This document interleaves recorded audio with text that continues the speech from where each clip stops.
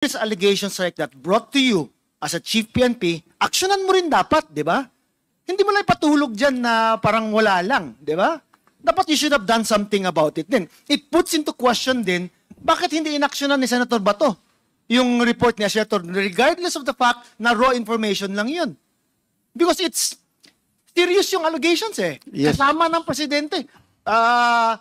Economic advisor ng presidente is in close relations with someone who has a drug laboratory in Cavite. Yes, Mr. Chair. Now, again, if I were to ask you, if you were the chief PNP, binigyan ka ng raw information, would you have done something about it? Mr. Chair, ang gagawin ko doon, Mr. Chair, ikaw ang nagbigay ng information, gawin mong intelligence yung information mo. Kasi yung information mo is not an intelligence. It's not actionable. Okay. So, ang sasabihin ko sa kanya, o share to, gawin mong intelligence yung information.